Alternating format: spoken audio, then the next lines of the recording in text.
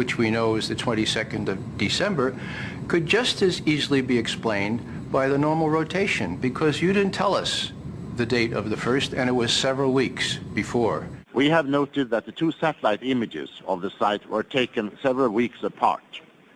The reported movement of munitions at the site could just as easily have been a routine activity as a movement of prescribed munitions in anticipation of imminent inspection.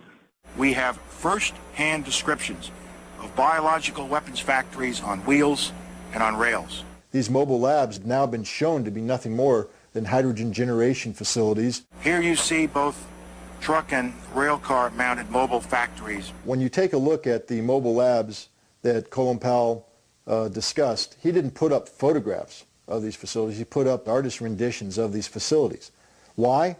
Because we have no proof they exist. This video of an Iraqi test flight obtained by UNSCOM some years ago shows an Iraqi F-1 Mirage jet aircraft. Note the spray coming from beneath the Mirage. That is 2,000 liters of simulated anthrax.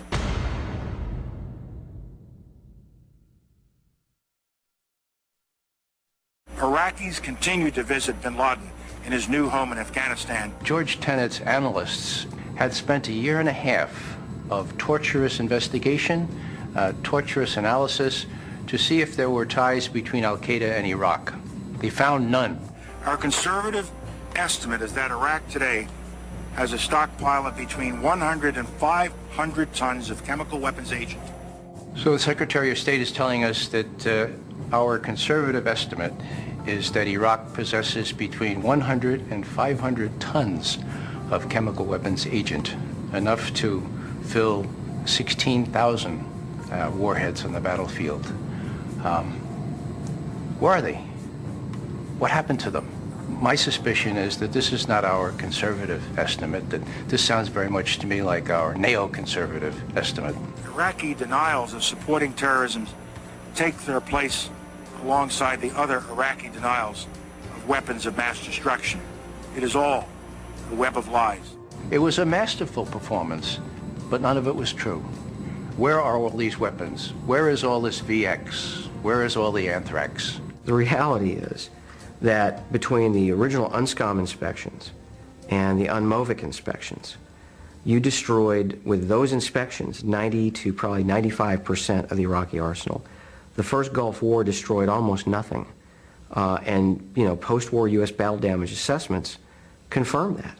By 1998 at the latest, those inspectors had discovered most of the weapons of mass destruction, and the Iraqi programs at that point were essentially at an end. The inspection regime worked. It was the most intrusive inspection regime in history, and it worked. And at the end of the day, that's another reason why we went to war for nothing.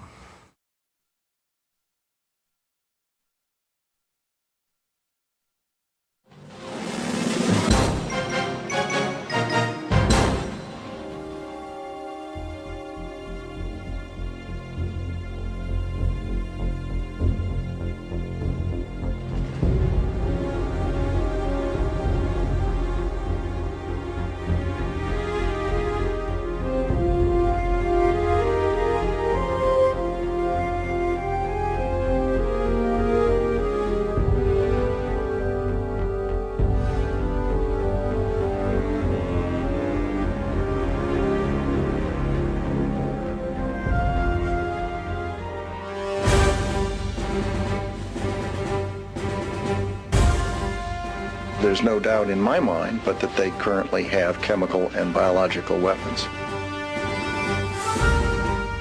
The Iraqi regime possesses biological and chemical weapons. We know for a fact that there are weapons there.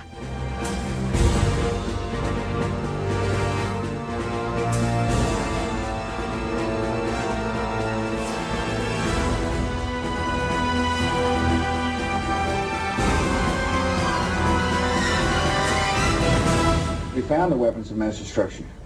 We found biological laboratories. Everybody knows that Iraq had weapons of mass destruction. I have every reason to believe that the intelligence that we were operating off was correct. No question we have said that Saddam Hussein possesses biological and chemical weapons. We know where they are. They're in the area around Tikrit and Baghdad and east, west, south, and north somewhat. All this will be made clear in the course of the operation for whatever duration it takes. And are you confident that you'll also find weapons of mass destruction? I believe we will find evidence of the programs of chemical and biological weapons, yes. How about the actual weapons? Well, I just don't know. Let's wait and see what the team that's over there... Inspections continue with our new exploitation teams that have been brought in. And that we will in fact find weapons or evidence of weapons programs that are conclusive. It is somewhat puzzling, I think, that you can have 100% certainty about the weapons of mass destruction's existence and zero certainty about where they are. Do you agree, and does it matter whether or not you find those weapons? We might ask the Prime Minister that. We won't be proven wrong. This is a process that takes some time, and it will ebb and flow. One thing we know is that he had a weapons program. I don't know anybody that I can think of who has contended that the Iraqis had nuclear weapons. And we believe he has, in fact, reconstituted nuclear weapons. But on the specific issue of weapons of mass destruction, it's going to take time, and we're going to have to be patient. Over time, the truth will come out. Now, it's going to take time to find anything because they've had...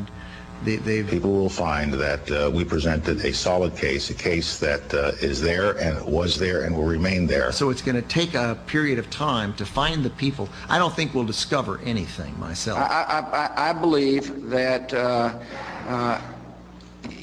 we will find the truth, and the truth is he was developing a program for weapons of mass destruction. I think what will happen is we'll discover people who will tell us where to go find it. You're not going to find it simply in a house-to-house search. You're going to find it when people start to talk to you. It is not like a treasure hunt where you just run around looking everywhere hoping you find something. I just don't think that's going to happen. The inspectors didn't find anything, and I doubt that we will. Our people are going to find out the truth, and the truth will say that this intelligence is good intelligence, no doubt in my mind. What we will do is find the people who will tell us. There are a lot of people who lie and get away with it. And that's just a fact. Is U.S. credibility on the line over weapons of mass destruction in Iraq? I'm not exactly sure what that means.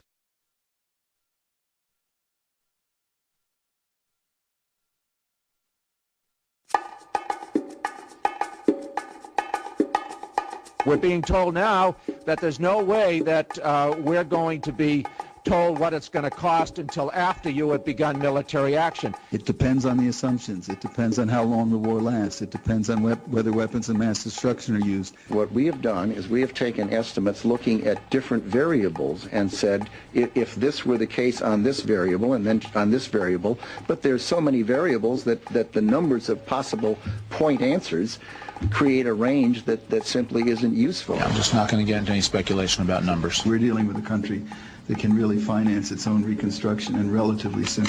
So the money's going to come from Iraqi oil revenue, as everyone has said. They think it's going to be something like $2 billion this year. They think it might be something like 15, 12 next year. They think it might be something like 18 to 20 plus the next 19.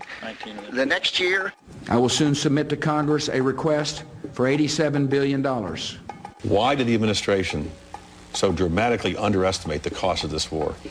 We did not have perfect foresight into what we were going to find in Iraq.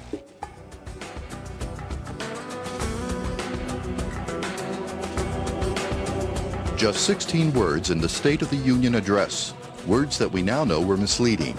And retired career diplomat Joe Wilson tried to warn the administration of just that nearly a year before the speech.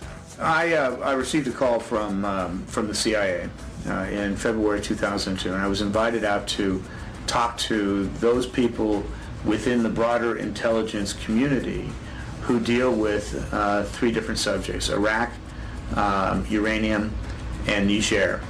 I briefed them on what I knew about the uranium business. It was during the course of that briefing that they said that they had received a report that had piqued the interest of the Office of the Vice President, and that report was of a purported memorandum of agreement authorizing the sale of uranium yellowcake, somewhat enriched uranium, from Niger to Iraq, and it was a document that was executed by the government of Niger.